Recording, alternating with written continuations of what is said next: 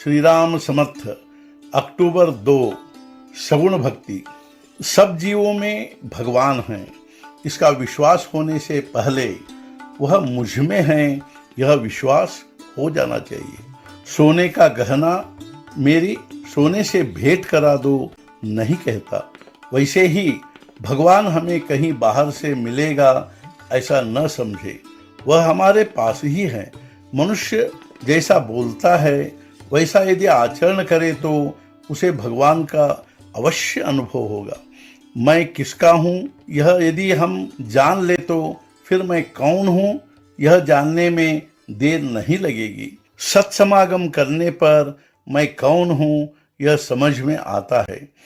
साक्षी होकर जो अभिनय कर रहा मैं है, उसे देखने के लिए जंगल में जाने की जरूरत नहीं है।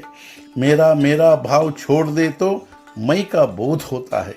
भगवान सर्वत्र व्याप्त है ऐसा हम केवल मुंह से कहते हैं, किंतु उसके अनुरूप आचरण नहीं करते। यही असल में हमारी भूल होती है। भगवान जैसे मुझ में है वैसे ही वह और लोगों में भी है, यह हम सहजता से भूल जाते हैं। मैं करता नहीं हूँ, राम करता है ऐसा कहने से सभी भाव उसमें आ जाते हैं। कपड़े तरह तरह के पहनने पर भी मनुष्य वही होता है। संन्यास मन का होता है, पोशाक का नहीं होता। मन पर किसी भी बात का असर न होने देना ही संन्यास है। सगुण भक्ति करे, भक्ति से नामस्मरण करे, नाम में ही भगवान है यह जाने और भगवान के होकर रहे, यही परमार्थ का सहज आसान मार्ग है। साधु संतों ने अति मेहनत से और स्वयं अनुभव लेकर यह मार्ग हमें दिखाया है।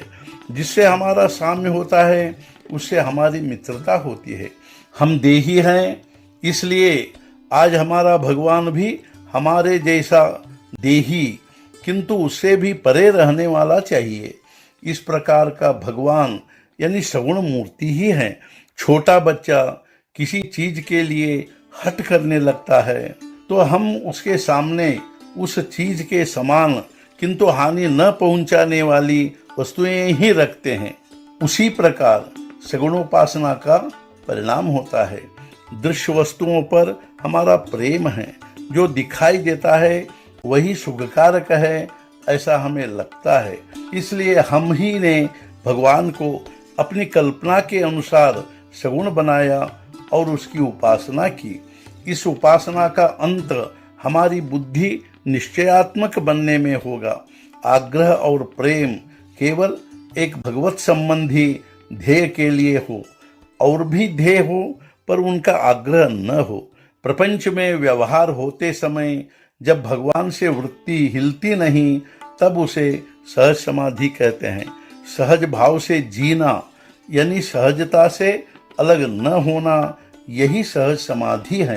राम सब करते हैं और राम मेरे दाता है, यह भावना जिसकी स्थिर हो गई उस पर भगवान की कृपा हो गई ऐसा समझे। फिर यह कहने की आवश्यकता नहीं कि उसके जन्म का सार्थक हो गया। आज का मुख्य विचार, नामस्मरण करते समय स्वयं को भूलना सबसे उत्तम साधन है।